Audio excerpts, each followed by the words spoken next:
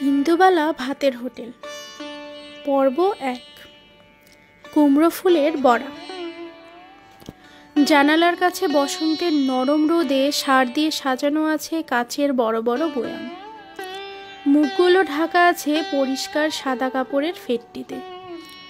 বয়ামগুলোকে বাইরে থেকে দেখলে বোঝা যায় না তার মধ্যে কি রসদ লুকিয়ে আছে, কিন্তু যারা এই বাড়িতে রোজ ভাত খেতে আসে তারা ঠিক জানে ভাতের পাতে লেবু, নুন, লঙ্কা দেওয়ার পাশাপাশি উড়ে বামন ধনঞ্জয় একটু করে শালপাতায় ছুঁয়ে দিয়ে যায় বয়ামের সেই লুকোনো সম্পদ।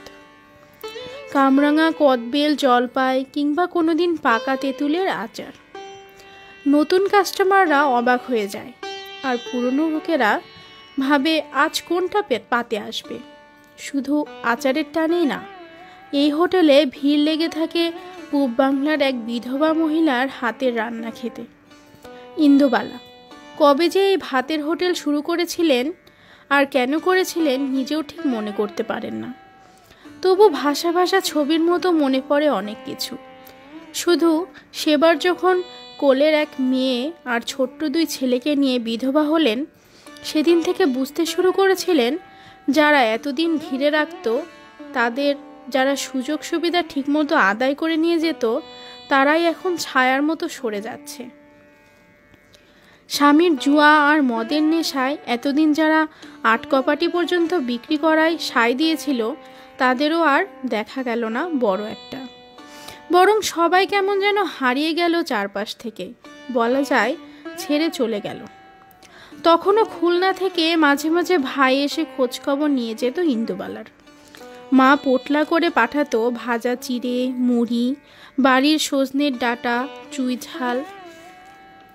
তারপর সেটাও বন্ধ হলো, যুদ্ধ বাঁধল। বাড়ির অনেক দিন কোনো খোঁজ পেলেন না। একদিন সকালবেলায় গায়ের থেকে পালিয়ে আসা এক পাগলাটে লোকের কথায় জানতে পারলেন পুড়িয়ে দিয়েছে সব কিছু পাকিস্তানি মিলিটারি খান সেনারা। মা, ভাই, বাড়ির লোকজন আর কেউ বেঁচে নেই, এমনকি ভিটেটাও না। বাড়ির সামনের রাস্তাটায় বসে যুদ্ধের বিভৎসতার তাপ পোয়ানো লোকটা বিড়বিড় করে বকছিল, আর ইন্দুবালা তার সমস্ত সত্তা নিয়ে মন দিয়ে শুনছিলেন কয়েকটা প্রিয় মানুষের, তার চারপাশ থেকে চিরকালের জন্য হারিয়ে যাওয়ার গল্প। ইন্দুবালা একা হয়ে পড়েছিলেন, বড় একা। একটা শহরে 3 ছেলে আর মেয়ে, আর পুরনো বাড়িতে নিজের শরীরের সমস্ত যৌবন নিয়ে এক্কেবারে একা। না, ইন্দুবালা কাঁদেননি। কাঁদার মতো সময় তার ছিল, কিন্তু পরিস্থিতি ছিল না। ভেতর থেকে কেমন যেন শুকনো হয়ে গিয়েছিল সবকিছু। স্বাধীন বাংলাদেশের পতাকা যেদিন উঠল সে দেশের মাটিতে, এদেশে ইন্দুবালা ছেনমিত্তির লেনের নিচের ঘর ঝাড় দিয়ে উনুন ধরালেন। ভাড়ারে চাল ছিল বাড়ন্ত। ছেলে মেয়েগুলো খিদের জ্বালায় তার স্বরে কাঁদছিল। পাওনাদারের দল দাঁড়িয়েছিল রাস্তায়। লক্ষ্মী মাচোয়ালি শেষ বাজারে একটু তাড়াতাড়ি বাড়ি ফিরছিল, আর থমকে দাঁড়িয়ে পড়েছিল নোনা ধরে ক্ষয়ে যাওয়া দোতলা বাড়িটার সামনে। লক্ষ্মী দেখেছিল একটা বছর 25-এর মেয়ে সদ্য বিধবার সাদা ধবধবে শাড়িতে এলো চুলে চুপ করে বসে আছে ধরে ওঠা উনুনটার সামনে। উনুনে গুলের আছে ফর্সা মেয়েটার মুখ লাল হয়ে আছে। ওদিকে দূরে দাঁড়িয়ে আছে চিল শকুনের মতো পাওনাদাররা। লক্ষ্মীর যেন কি একটা মনে হয়েছিল সেই মুহূর্তে। এই বাড়িতে মাছ বিক্রি করেছে সে বহুদিন, এই বাড়ির নুন খেয়েছে সে, একটুও সময় নষ্ট করেনি লক্ষ্মী। সোজা এসে দাঁড়িয়েছিল ইন্দুবালার সামনে। গ্যাট থেকে 2 টাকা বের করে মেঝের ওপর রেখে দিয়ে বলেছিল, আজ তোমার বাড়িতে 2টো ভাত মুখে দেব মাঝি, কিছু মনে করো না। 12টা 25-এর ক্যানিং লোকাল ছুড়ে গেল যে, এখন 2টো পেটে না পড়লে বাড়ি ফিরতে সাজ হয়ে যাবে, আর শরীর চলবে না মাঝি। ইন্দুবালা হ্যাঁ না কিছু বলেননি। তাদের খুলনার বাড়িতে অতিথিরা কোনোদিন ভাত না খেয়ে যাননি। আজও তিনি লক্ষ্মীকে ফেরত পাঠাতে পারলেন না। বলতে পারলেন না তার ভাড়ারে ফোটাবার মতো চালটুকু নেই। লক্ষ্মীর ঝাঁপিতে 1 আনাও নেই যা দিয়ে তিনি তার দৌড়ে আসা লক্ষ্মীকে মুড়ি কিনে খাওয়াতে পারেন। সাত পাঁচ না ভেবে একটু কুণ্ঠা নিয়েই ইন্দুবালা লক্ষ্মীর দেওয়া টাকাটা আঁচলে বাঁধলেন। উনুনে চাপালেন এক হাঁড়ি জল। ছোট মেয়েকে দোতলার ঘরে ঘুম পাড়িয়ে এসে বড় ছেলে প্রদীপকে পাঠালেন সামনের মুদিখানার দোকানে। খিড়খিড় দরজা খুলে নিজের বাড়ির পেছনের বাগান থেকে নিয়ে এলেন সবে কচি পাতা আসা কুমড়ো শাক, গাছের পাকা লঙ্কা। শাশুড়ির আমলের পুরনো ভারী শিলটা পাতলেন অনেক দিন পরে। যত্ন করে ধুয়ে সেই কবেকার প্রাচীন হিমশীতল পাথরটার ওপর রাখলেন সর্ষে দানা। শিল আর নোড়ার আদিম ঘর্ষণে খুলনা থেকে পাঠানো মায়ের শেষ সর্ষেটুকু বেটে ফেললেন ইন্দুবালা অল্পক্ষণের মধ্যেই। লোহার কড়াইতে জল মরতে থাকা সবুজ ঘন কুমড়ো শাকের ওপর আজলা করে ছড়িয়ে দিলেন সর্ষের মণ্ড। কয়লার আঁচে টকবক আওয়াজে ফুটতে থাকা কচি শাকগুলো, তার নরম পাতাগুলো সাতলানোর ছাদ ছড়িয়ে পড়ল গোটা বাড়িতে। দোতলার ঘরে খুকি চোখ মেলে হাতমা নেড়ে খেলতে থাকলো। ছোট দুই ছেলে গরম ভাত খাওয়ার বাসনায় থালা নিয়ে এসে বসে পড়ল রান্নাঘরের দরজায়। তখনও লাল লঙ্কাগুলোর গা থেকে ঝাল মিশছে কুমড়ো শাকের হালকা সবুজ মাখো মাখো সর্ষে ঝুড়ি। রান্নার পাট শেষ হলে ইন্দুবালা ওপরের ঘরের তাক থেকে পারলেন গতবারের তেঁতুলের আচার। আসন পেতে লক্ষ্মীকে যত্ন করে খাওয়ালেন। ফেরার সময় বাকি পয়সা ফেরত দিতে গেলে লক্ষ্মী বলল, এ কীরকম বাত হলো মাজি? কাল যে আবার খাবো, হররোজ পয়সা দেব নাকি তোমায়? ওটা তুমি রেখে দাও। লক্ষ্মী সেই যে গেল, পরের দিন ফিরে এলো আরও 3 জনকে সঙ্গে নিয়ে। এইভাবে আস্তে আস্তে বাজারে সবাই এসে খাওয়া শুরু করলো ইন্দুবালার নিচের ঘরে। একদিন উড়িষ্যা থেকে এলো ধনঞ্জয়। কেউ তাকে ডাকেনি, কেউ কথা বলেনি, দরজার কাছে শুধু ভাত খাওয়ার জন্য বসেছিল। বড় মায়া হয়েছিল তাকে দেখে ইন্দুবালার। ওই বয়সের একটা ভাই ছিল যে তার, যুদ্ধের সময় খান সেনারা জ্বালিয়ে দিয়েছে নাকি তাকে। আর একটুও মনে করতে চাননি সেসব কথা। অনেকটা ভাত আর ডাল দিলে চেটেপুটে খেয়ে নিয়েছিল সবটা ধনঞ্জয়। ছেলেদের খাইয়ে মেয়েকে ঘুম পাড়িয়ে রান্নাঘর পরিষ্কার করতে এসে ইন্দুবালা দেখেছিলেন সব কিছু সাফসুতরো, থালাবাটি ধোয়া, এমনকি মাটির উনুনটা পর্যন্ত সুন্দর করে লেপা। সেই থেকে ইন্দুবালার সংসারে থেকে গেল উড়িষ্যার কোনো এক খরাপীড়িত অজপাড়াগায়ের ধনঞ্জয়। শিরের নিচটা সাজিয়ে নিল তার নিজের মতো করে, সেখানেই থাকতে শুরু করলো সে। একদিন হঠাৎ রান্নার গন্ধে চলে এলেন সামনের কালেক্টর অফিসের বড়বাবু। ইন্দুবালার হাতের রান্না খেয়ে তার কবেকার মরে যাওয়া মায়ের কথা মনে পড়ল। নিদান দিলেন তার অফিসের সবাই এখানে খেতে আসবে। শুধু তাই নয়, নিজে থেকে খুশি হয়ে একটা হলুদ রঙের এনামেল বোর্ড টাঙিয়ে দিয়ে গেলেন ইন্দুবালার বাড়ির বাইরের দরজার ঠিক ওপরে। সেখানে জল জল করে লেখা থাকলো ইন্দুবালা ভাতের হোটেল। পৌরসভা থেকে লাইসেন্স হলো, 2 ছেলে বড় হলো। তারা দিব্য লেখাপড়া শিখে সুন্দর বিয়ে করে টুপটাপ সরে পড়ল। মেয়ে গেল জামাইয়ের সাথে পাঞ্জাবে, হিল্লিতে দিল্লিতে ঘুরে ঘুরে সংসার করত। ইন্দুবালা একা থেকে গেলেন তার ভাতের হোটেল নিয়ে। একদম একা। একা কেন থাকলেন তার একটা বিস্তৃত ব্যাখ্যান দেওয়া যেতই। গল্পের পরিসর জটিল করার জন্য প্যাচ পয়জার কম ছিল না, কিন্তু তাহলে একতরফা ইন্দুবালার কথা শুনলে চলতো না। তার সাথে তার 2 ছেলে এবং 1 মেয়ের কথাও শুনতে হতো। 4 পক্ষের কথা শুনলে মনে হতো বাঙালির চেনা গল্প। মা মানিয়ে নিতে পারছেন না ছেলেদের সংসারে, কেমন যেন পরপর মনে হচ্ছে নিজেকে। আজ পর্যন্ত সংসারের যে চাবিটা নিজের আঁচলের খুঁটে বাঁধা থাকতো, তা যেন চলে গেছে অন্য কারো হাতের মুঠোয়। ওদিকে ছেলেরা বলতো মা বড় বেশি নিজের মতো করে চলতে চাইছে, কারো কথাই শুনছে না। বয়সেরও তো একটা ছায়ানিবিড় শান্তি আছে। কিন্তু ইন্দুবালার নিজের থেকে সেসবের কোনো বালাই ছিল না। আর কোনো কালেই তো মেয়ের বাড়িতে বাঙালি মায়েরা থাকতে খুব আহ্লাদিত হননি। সবসময় কিন্তু কিন্তু করেছেন, কাজেই মেয়ের দিকের দরজায় অনেক আগেই খিল তুলে দিয়েছিলেন ইন্দুবালা। যদিও খোঁজ খবর নেওয়া, এসে দেখাশোনা করা, সবই তারা করেছে, এমনকি মায়ের নিয়মিত ডাক্তারি চেক আপও। নাতনিরাও আহ্লাদ করে নাত বউ নিয়ে আসে মাঝে মাঝে, ঠামুনের খবর রাখে। কিন্তু বুড়ি নিজে এইসব জাগতিক মায়ার ছেদবাঁধনে একটুও আটকা পড়তে চান না। একদিনও ভাতের হোটেল বন্ধ হয়নি লক্ষ্মীর খাওয়ার দিন থেকে। বন্যা, কলেরা, ডেঙ্গু, দাঙ্গা, কারফিউ, কোনো কিছুতেই ইন্দুবালা ভাতের হোটেলের উনুনে আঁচ নিভেনি। ভাড়ারে বাড়ন্ত হয়নি চাল। বাড়ির পেছনের বাগানের কুমড়ো শাক।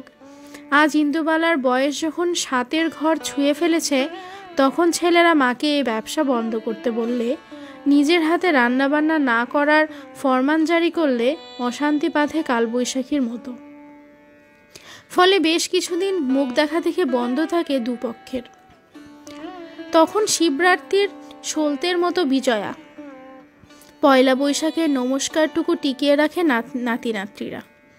ছেলেরা দূর থেকে ফোন করে খবর নেয়, ধনঞ্জয়কে বকাঝকা করে মায়ের ঠিকমতো দেখাশোনা করার জন্য। আর ইন্দুবালাও তখন নিজের সামনে একটা পাঁচিল তুলে দেন। অভিমানের আদান প্রদান বেশ কিছুদিন অব্যাহত থাকে, কিন্তু তার মধ্যে ইন্দুবালার রান্নাঘরে মরশুমি পদে কোনো বিরাম হয় না। সেখানে কৌটো ভর্তি হতে থাকে পৌষের পিঠেতে, বর্ষায় ভাপা ইলিশে, গরমের মুড়ি ঘণ্টতে। ধনঞ্জয় সব দিয়ে আসে বুড়ির নাম করা টিফিন কৌটোতে, ছেলে মেয়ে প্রত্যেকের বাড়ি বাড়ি। পূর্ণিমায় বুড়ির গাঁটে বাতের ব্যথা বেড়ে যায়, অমাবস্যায় হাঁটতে পারেন না প্রায়, তবু মলম লাগিয়ে গরম জলের শ্যাক নিয়ে রান্না করেন ইন্দুবালা। অতগুলো লোক আসবে, আঙুল চেটে চেটে খাবে, বায়না করবে একটু শুক্তোর জন্য, একটু মাছের মাথা দিয়ে করা ডালের জন্য। পরিতৃপ্ত চাঁদপানা মুখগুলো দেখতেও ভালো লাগে যেন। এদের খাইয়েও সুখ। ইন্দুবালা তাই কোনোদিন কোনো তীর্থে যাননি, ধম্মকম্ম করেননি। ঠাকুরের কথামৃতের বাণীর মনের মধ্যে আওড়ে গেছেন, নারায়ণ সেবা, জীবে প্রেম। তবে আজকে পূর্ণিমা, অমাবস্যা গ্রহণের মারপ্যাচ না থাকলেও পায়ের ব্যথাটা যেন বড্ড বেড়েছে ইন্দুবালার। সকালে পাজি খুলে আতিপাতি দেখেছেন কোথাও কোনো বক্রদৃষ্টি নেই গ্রহের। তবুও বাড়ির পেছনে বাগানের সিঁড়িটা দিয়ে নামতেই হড়কে যাচ্ছিলেন আরেকটু হলে। কবে থেকে ধনঞ্জয়কে বলে যাচ্ছেন, ওরে চুন ফেল, একটু নারকেল ঝাঁটা দিয়ে ঘষে ঘষে পরিষ্কার কর। তা কে শোনে কার কথা? থাকতো সে আগের বয়স, কারো কাজের জন্য তিনি বসে থাকতেন নাকি? ওই 10 কেজি চালের ভাত নিজে করেননি এক সময়? ফ্যান গালার সময় বাজারের লোকগুলো এসে দাঁড়িয়ে থাকতো জুই ফুলের মতো ভাত দেখার জন্য। ওই কারি কারি ফ্যান টেনে তুলে দিয়ে আসতেন না পাড়ার কুস্তির আখড়ায়? ছেলেগুলো খেত পরিতৃপ্তি করে। মা শিখিয়েছিল, ভাত হলো লক্ষ্মী, তার কিছু ফেলা যায় না, কিছু ফেলতে নেই। কত মানুষ ওই ফ্যানটুকু খেয়ে বেঁচে আছে দুবেলা। এইসব বকতে বকতে ইন্দুবালা সিঁড়ি দিয়ে নামেন, খিড়কির দরজা খোলেন। সেইখানেই তো সেই শাশুড়ির আমলের একটা ছোট্ট বাগান, একটা আম গাছ, একটা পেয়ারা, একটা লিকলিকে নারকেল গাছ খাড়াই হয়ে উঠেছে। এইসব ছাড়াও কয়েক ছটাক জমিতে ইন্দুবালা সাজিয়ে নিয়েছেন তার রান্নাঘরে কাজে লাগার মতো টুকিটাকি সবজি। যেন ফকিরের ঝুলি, কিছু না কিছু তুমি পাবেই। প্রচণ্ড পা ব্যথা নিয়ে এতটা সিঁড়ি ঠেলে বাগানে এসে ইন্দুবালার মন ভালো হয়ে যায়। গোটা বাগান আলো করে ফুটে আছে কুমড়ো ফুল, তার ওপর বিন্দু বিন্দু শিশির। এই ভরা বসন্তে, এই সুন্দর সকালে শহরের ইট কাঠ পাথরের মধ্যে কোথা থেকে যেন ডেকে উঠল একটা কোকিল।